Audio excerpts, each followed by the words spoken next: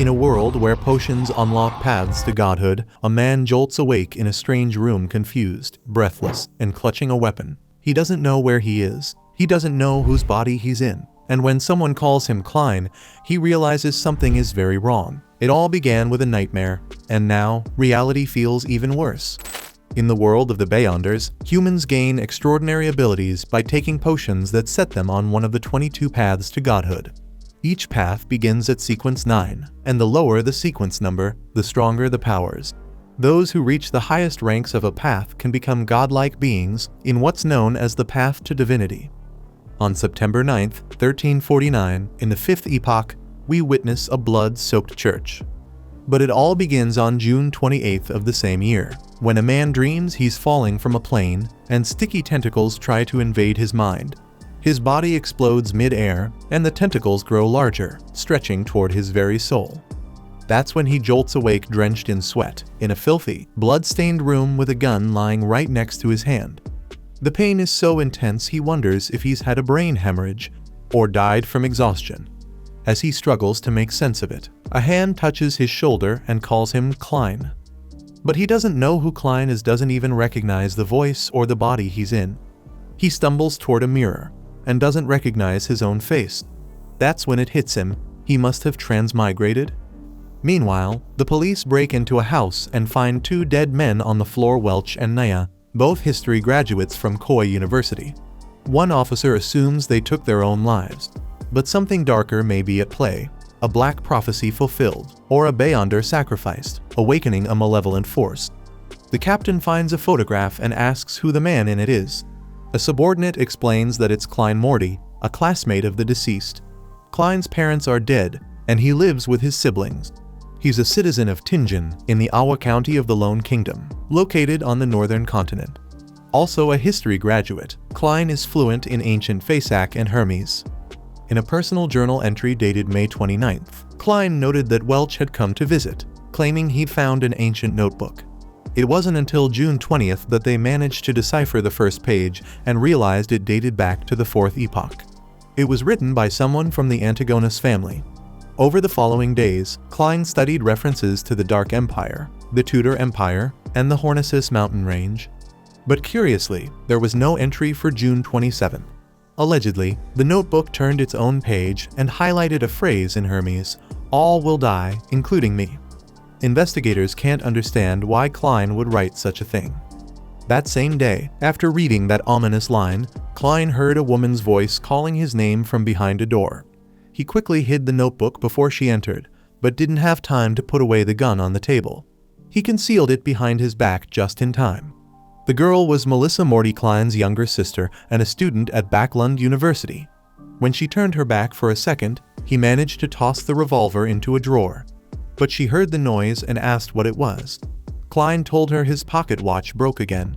Without missing a beat, Melissa fixed the watch and handed it back like he was an idiot, then left the room. Alone again, Klein cleaned the blood off a lamp and noticed his wound was already healing, perhaps one of the perks of transmigration. From what he could gather, Klein had either shot himself or someone staged it to look that way.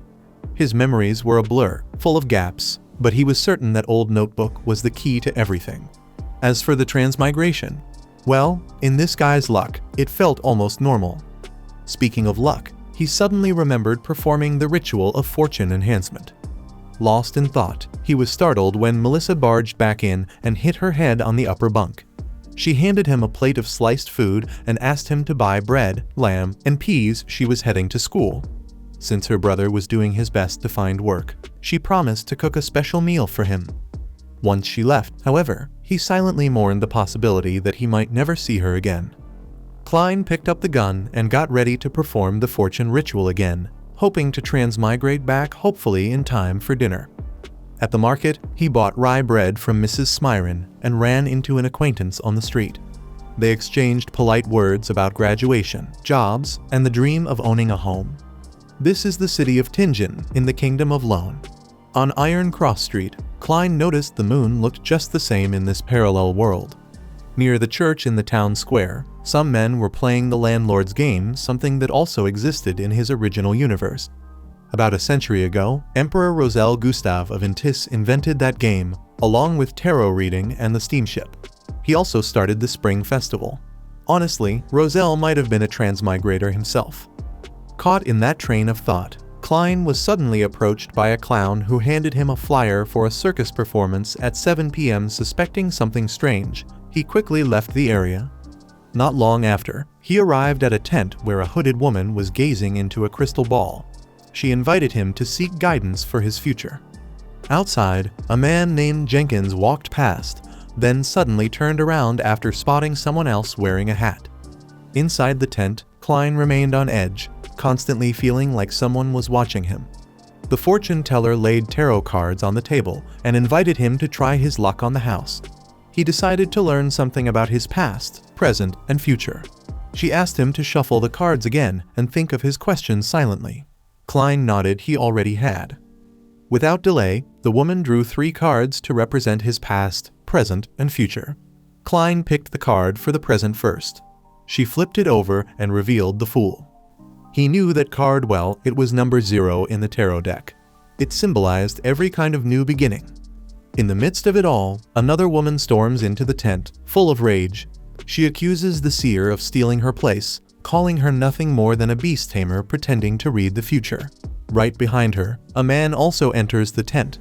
But when Klein sees who it is, he manages to slip out unnoticed. Back at home, holding papers about the celestial dignitary, Klein hopes to return to his world through luck, or perhaps transmigration. To attempt it, he places the 4 essential foods he bought in each corner of the room. Standing in the center, he makes a hand gesture and begins chanting the celestial dignitary over and over, until the sheets of paper start to swirl and rise into the air. Outside, a carriage from the Awa police passes by on the street. As the wind dies down, Klein, to his surprise, thinks nothing happened. But then, a sharp, splitting headache hits him like a hammer. His body convulses, and a strange reaction spreads through his skin like fire. The writing on the papers begins to fade into the air until a red stone shatters, dragging Klein into another world entirely. There, red and blue chains of energy surge with power and wrap around the man. A woman from the Hall family performs some kind of awakening ritual in front of a blood-colored mirror. And far away, in the middle of a raging sea, a man holds a jar filled with glowing blue stones that multiply inside it. Then, the red energy materializes into the woman, who appears disoriented as she takes in her surroundings. Meanwhile, just in front of her, the blue energy takes form as the man from the furious sea. Floating above them both is Klein, now somehow in a position of authority. The woman looks up at him and asks where she is, calling him "my lord," and that's when Klein begins to realize he might have summoned them. She wonders aloud if this man is the master of the divine realm. But Klein didn't even know it was a divine realm. He hadn't seen any shrine nearby. Just then, as if summoned by her words, a sanctuary rises from the ground, crumbling ruins reforming piece by piece, until the structure is whole again. Klein is startled to see how law is enforced here through manifestation and decree, which makes him wonder if he could use the gray fog to hack the system. Acting on impulse, he raises his hand, and when a reaction ripples through the space, he knows he was right. The summoned man asks where he is, and who Klein really is. That question makes Klein think deeply. Is he Zhu Mingrui or Klein? Whoever he may be, he sits on the throne and declares, "Call me the fool." The man wants to know what the fool is planning. Klein replies, "Just an experiment," offering no further explanation. The woman asks if the experiment is over and whether they can leave. The fool tells them he can send them home if they make an official request. Meanwhile, as if Klein could split himself in two, another version of him walks among the summoned pair. He notices the woman speaks with the innocent voice of a young girl, while the man's tone is calm and cautious. Sitting at the table, the woman smiles, clearly enjoying the whole experience. It's exactly the kind of supernatural mystery she had always dreamed of. Excited, she asks what she needs to do to become a Beyonder. But Klein has never heard that word before and finds himself speechless. Not wanting to look ignorant, he suggests she ask the gentleman beside her. Studying them closely, Klein guesses the young lady might be a noble from Lone, while the summoned man wonders how the fool managed to bring him here, since he lives across the vast Sonia Sea many leagues away. At the fool's request, the man explains that to become a Beyonder, she must join the Church of the Evernight Goddess, the Lord of Storms, or another of the major churches. While most people never become Beyonders, they do exist and constantly battle against the darkness. The woman says she doesn't want to lose her freedom, so the man advises her to seek help from the royal family or the nobility. But since she insists on another option, he remembers he has 2 sequence 9 potions, one called Sailor and the other Listener. As he describes the potion's effects, Klein realizes that each one grants supernatural abilities tied to different attributes, and considering that sequence refers to skill level, perhaps the Grey Fog and his transmigration are part of some Beyonder power too. At that moment, the young lady turns to the fool and explains she's made an agreement with the gentleman, and would like Klein to act as a witness to the pact. He agrees.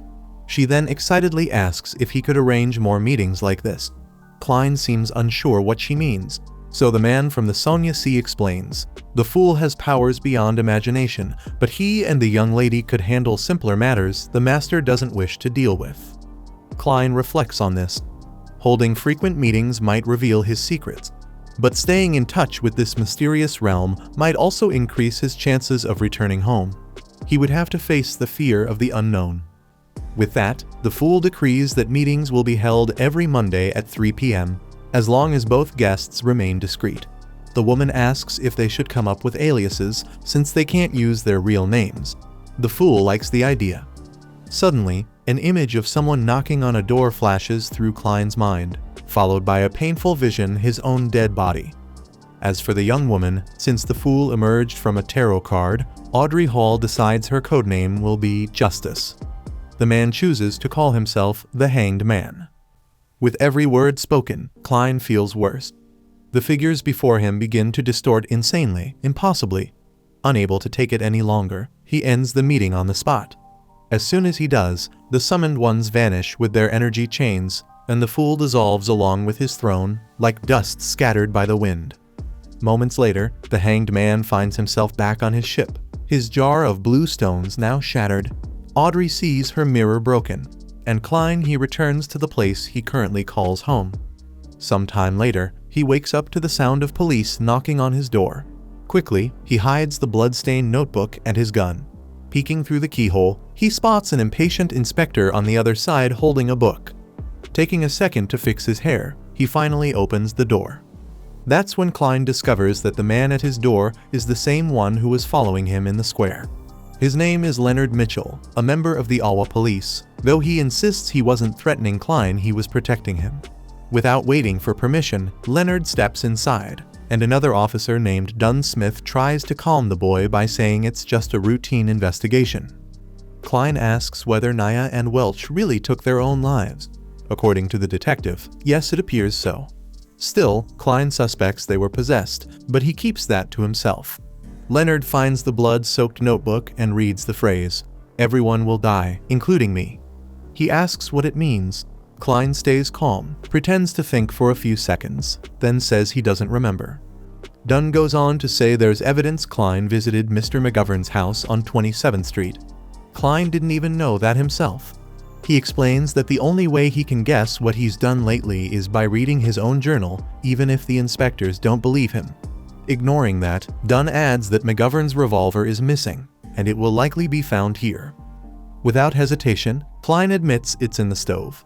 He tells them that last night, in the middle of the night, he woke up sitting at the table, as if he had failed to pull the trigger. From that moment on, his memory started to fade. Dunn believes Klein is telling the truth, but it doesn't matter. He'll still have to go through a psychic evaluation to recover his lost memories. A medium will dig into his past experiences on Earth. Even so, Leonard says the boy is lucky to be alive. Usually, people involved in these kinds of events don't make it out at all. After the inspection, Klein follows the officers outside, on his way to the psychic test. Nervous they might discover he's a transmigrator. Distracted, his attention is suddenly caught by a man yelling at a child who's been stealing food from him every single day. The kid darts past the officers but is caught by Dunn, who hands him back to the angry baker. The boy squirms and kicks a pole from a nearby tent, and amid the chaos, Klein Morty sees his chance and bolts. Without looking back, he sprints through the streets of Tingen and hides in a narrow alleyway. Out of breath, he stops to catch it. Just his luck, a window above him swings open, and someone dumps a bucket of water out. But something strange happens. The water stops midair, completely frozen. Klein realizes that time and space have been suspended. When objects on the ground start to float, he's sure a beyonder is nearby. Around him, windows burst open like a hurricane is tearing through the city. In a panic, Klein runs, trying to escape the chaos, but even the ground rises like a wall, chasing after him. By sheer luck, he dodges obstacles that could have killed him, until he finds a carriage offering taxi service. He asks to be taken to the port, and the carriage sets off immediately. It feels like no one is chasing him anymore. Maybe all of that madness stayed behind in the alleyways, maybe it was just a dream. Feeling safer, Klein tells the driver to pull over, but the man ignores him and changes course, heading instead to Welch's house. Then, the driver's beret falls off. It's Inspector Dunn Smith. In the next scene, Klein wakes up from the dream back at home. The door opens, and standing at the end of the hallway is a man in a long coat, silent. He walks forward and introduces himself as Dunn Smith, the Night Watcher. Klein suspects this man was the one manipulating his dream. The Night Watcher says that by night, their power is far greater than most would believe, and proves it by ripping apart everything around them, lifting Klein into the air using the wreckage of his own home. A woman with glowing eyes suddenly appears behind Klein. She tells him to stay calm, she'll be quick and gentle. Dunn adds that there's no need to worry, since she prefers corpses over men anyway. Then, a series of fragmented scenes flicker by, hinting at the passage of time. Eventually, Klein Morty finds himself looking at a happy image of his parents. The woman, still somewhat hidden, says superficial memories can be erased, but deep within the ocean of the mind, echoes may still remain. Judging by what he's seeing, Klein assumes he's inside his own mind, and maybe just maybe this mysterious woman can't see his secrets. In his head, he thinks all of this might be because of the gray fog. Suddenly, the woman grabs him and demands to know where he hid the Antigonus family notebook. Klein says he doesn't know.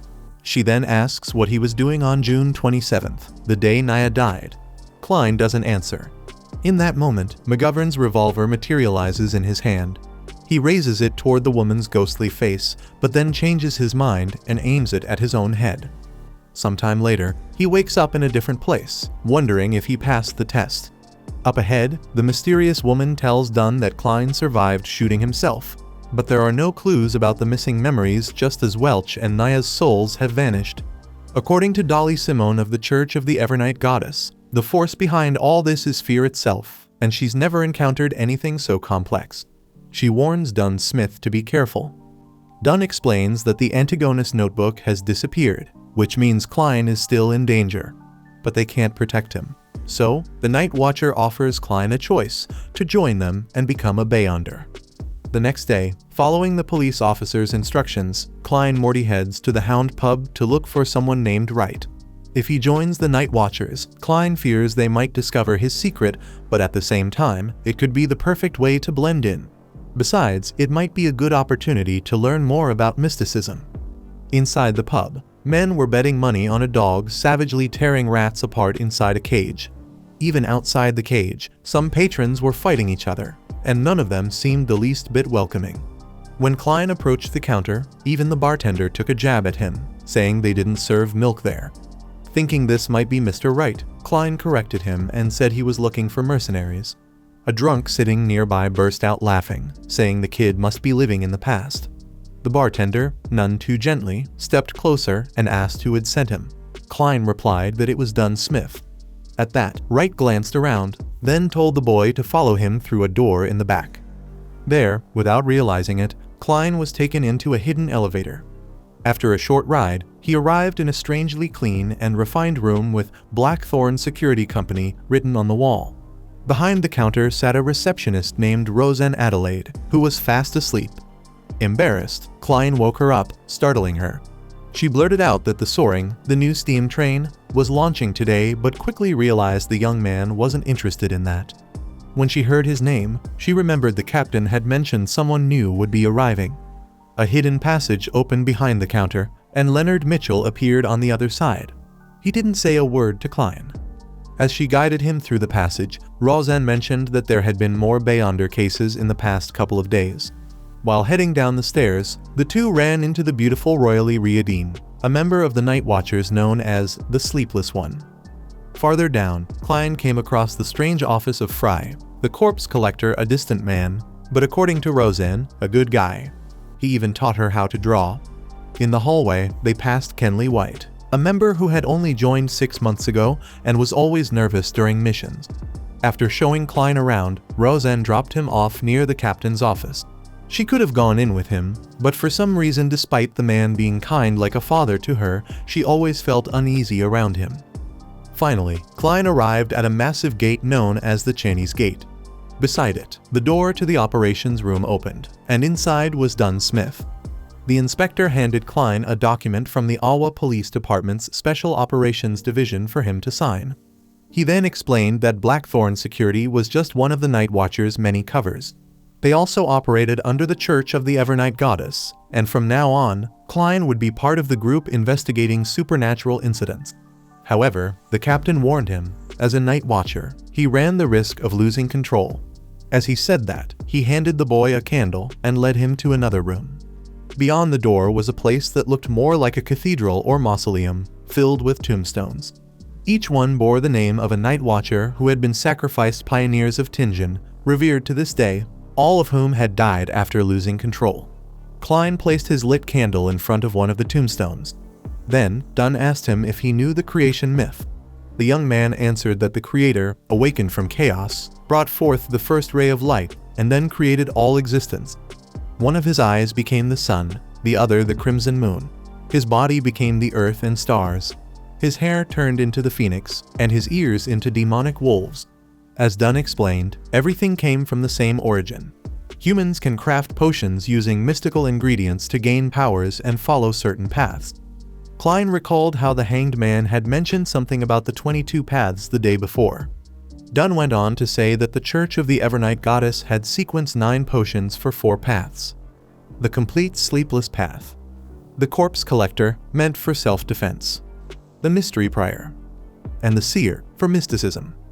However, none of them were strong offensively.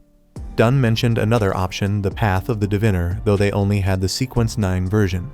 Either way, Klein wasn't expected to decide now. First, he needed to talk to Neil in the alchemy room to make the best choice. As Klein walked away, Captain Dunn stayed behind, reflecting that the Night Watchers were guardians, but also a bunch of miserable souls fighting threats and their own madness. Wandering the hallways, Morty thought to himself, no matter which potion he chose, what he really needed was knowledge about mysticism. In his view, the Sleepless and the Corpse Collector were off the table. That left him torn between the Mystery Prior and the Seer. When he arrived at the alchemy room, he knocked 3 times and stepped in. No one seemed to be there until an explosion went off. Neil came stumbling out of the smoke, coughing like crazy. Before anything else, the old man said he'd been expecting Klein. But before choosing a sequence, there was something he needed help with, organizing some documents.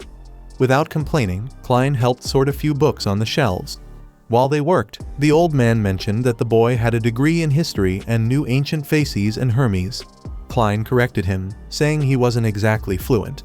Neil replied that it was always better to start with something you're already good at. That way, once you got the hang of it, you'd be able to decipher books that vanished after Emperor Rosel's death. Most of those journals had been lost, and recovering just these 3 had taken great effort. It said that the unique symbols Rosel invented held mysterious powers, though for over 150 years, no one had uncovered their true meanings. Still, Neil claimed to have deciphered a few of them, and was confident they represented numbers. In other words, it was a diary. Fascinated, Klein took one of the documents and realized it was written in simplified Chinese by Emperor Rosel Gustav himself. It read, November 18th. Truly fascinating. I found a poor man caught in a storm and lost in the darkness. Lucky fellow. He met me, the protagonist of this era. January 1st, 1184. A magnificent New Year's party. Lady Florna was absolutely dazzling. Klein was taken aback to discover that the Emperor was far more emotional than he'd imagined. But right after that, he got hit with a heavy line from another part of the journal. I've repeated it so many times, The secret of potions isn't about mastering them, but internalizing them. It's not about gaining powers, but becoming. The names of the potions aren't just symbolic, they're a concrete key. The key to internalization. Reading through the journal, Klein Morty began to wonder if he might actually discover a way back home. As he kept reading, he came across another passage from the Emperor. I made a hasty choice. Looking back, I should have chosen the apprentice, the seer, or the marauder. Those are the best options. Lost in thought, Morty wondered what Gustav meant by that until old Neil interrupted him, asking what was going on. Klein explained that he was trying to decipher and translate the diary, which made the seasoned alchemist chuckle. He thought the boy was far too young for such a complicated task. Letting the matter go, Neil asked which potion the boy wanted to take. Klein decided to trust his predecessor and chose the seer. Neil reminded him that once he made this decision, there would be no turning back, but Klein was sure he had to follow his heart. Laughing, the old man admitted he hadn't expected the boy to choose the path of the seer. It was the kind of path only people with a strong personality would choose, just like he had back in the day. Cheerful, Klein said he'd love to learn more about mysticism. That's when the alchemist recalled a quote from Emperor Roselle, "Knowledge is power." And now that Klein had made his choice, it was time to begin. Without delay, the alchemist started mixing. 100 milliliters of pure water, 13 drops of nightshade extract, 7 mint leaves, 3 drops of hemlock extract, 9 grams of powdered dragon herb, and finally, the most crucial ingredients, 10 milliliters of crystallized squid blood, 50 grams of stellar water crystal. With all the elements combined, the seer's potion was complete. Honestly, Klein was terrified of being poisoned after drinking that concoction. But Neil warned him the more he worried, the less he'd absorb. So, Klein stared at the liquid, took a few seconds to gather courage, and drank it. Immediately, the same words began repeating in his mind. Hornesis, Phlegria, Hornesis, Phlegria. As the psychedelic rush took over, the alchemist explained that the effect had begun. Some powers were leaking out. That was normal. Whatever happened, Morty had to stay focused and picture a very ordinary object from this world. Concentrating, Klein imagined a top hat. Then, Neil instructed him to adjust his thoughts and visualize something that didn't exist in this world. Still focused, Klein imagined something that cracked the ground beneath his feet. The crack widened until it became a full-blown explosion that could be heard by Leonard on the far side of the base. Panicking, Neil yelled at the kid to control his spirituality and imagine something foreign to this world, but Klein Morty was completely tripping, lost inside his private universe, where a massive object rose beneath him and carried him high above the city of Tingen. Down in the streets, some people felt something strange happening, but none of them could see anything at all. Neil kept urging Klein to recall how he had imagined the object. That's when the boy managed to mentally summon a freaking rocket, which soon vanished into the air and sent him crashing down. Klein plummeted, surrounded by all kinds of bizarre objects that didn't belong to this world. In the end, he came face to face with a gigantic astronaut, who released an absurd amount of magical fluid from inside his helmet. At the same time, bottles across the alchemy room popped open and began spewing that same viscous substance. Alarmed, Neil ordered Klein to take hold of his spirituality rather than letting it spill out. With each second, the boy sweated more, and his thoughts grew more surreal and unhinged. Suddenly, his eyes shot open, completely enveloped in darkness. And just like that, the process was complete. Klein Morty was now a seer. Proud, old Neil knew this kid was something special. Realizing Klein was seeing things differently, he told him this was called spiritual vision and that now he could perceive people's health by reading their aura. Startled, Klein noticed eyes floating behind the alchemist. Neil explained that it was just a magical representation from a ritual, nothing dangerous. Looking to the side, the seer saw the silhouette of a human vanish into thin air. A sharp headache followed. Neil warned him that overusing spiritual vision could exhaust his spirituality to the point of causing hallucinations. According to the alchemist, Leonard, after becoming a Beyonder and taking his potion, had once tripped and fallen down a flight of stairs over something silly. So, if Klein wanted to control his mind better, he had to tap twice between his eyebrows to switch the spiritual vision on or off. After trying it out, Klein heard that he could also channel his spirituality into divine arts, like dowsing rods and all sorts of ritual magic. Wrapping up the lesson, Neil told the boy to check the demon hunting bullets, along with a few other items, before leaving. Also, he'd need to hand in some receipts so Dunn could reimburse him. After receiving the seer's special abilities, Klein returned to the captain. Speaking of which, Dunn warned him that being special in the world of Beyonders came with real danger. Early on, he might start seeing or hearing things he wasn't supposed to, and if that happened, he needed to stay out of it. Finally, Dunn told him that before officially becoming a night watcher, he'd be working as a clerk and would earn £3 a week as an advance 12 per month. Overjoyed, the newly employed Klein remembered that his brother Benson only made £2 to £3 per week. He had just gone from poverty straight into the middle class. Leaving the Hound pub and following the captain's instructions, Klein grabbed a cane. As his daily task, he was to walk around the Welsh family's home to remind himself where the notebook might be. On the very first day of this task, partway through the walk, a carriage pulled up beside him. A man called out from inside and invited him to get in. Under heavy rain, Morty receives a mission one that involves little Elliot, the only son of Viceroy, a tobacco merchant, who was kidnapped earlier that morning. Honestly, Klein thought his job was just to deal with Beyonders, but Leonard explains that they're operating under the cover of a security company, and this is an old client. Either way, the rookie has nothing to worry about. Seers are great at finding people. With that, the Night Falcon hands over Elliot's clothes and tells the young man to get to work. Klein takes out his dowsing rods and activates his spirit vision.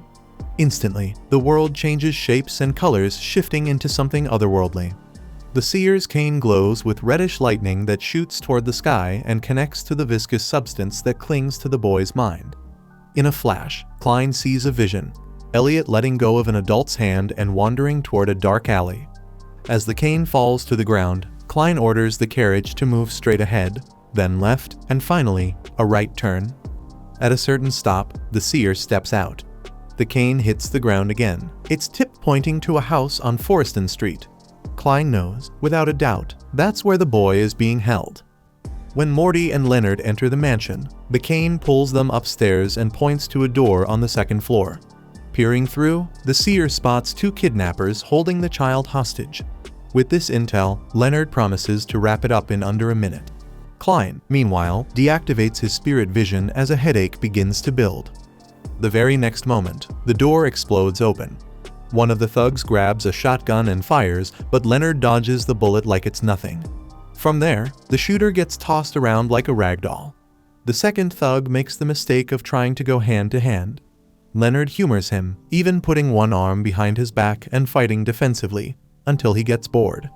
Then he lands a brutal combo: a punch to the gut, a shot to the nose, and a final knee to the chin. Just like that, it's done.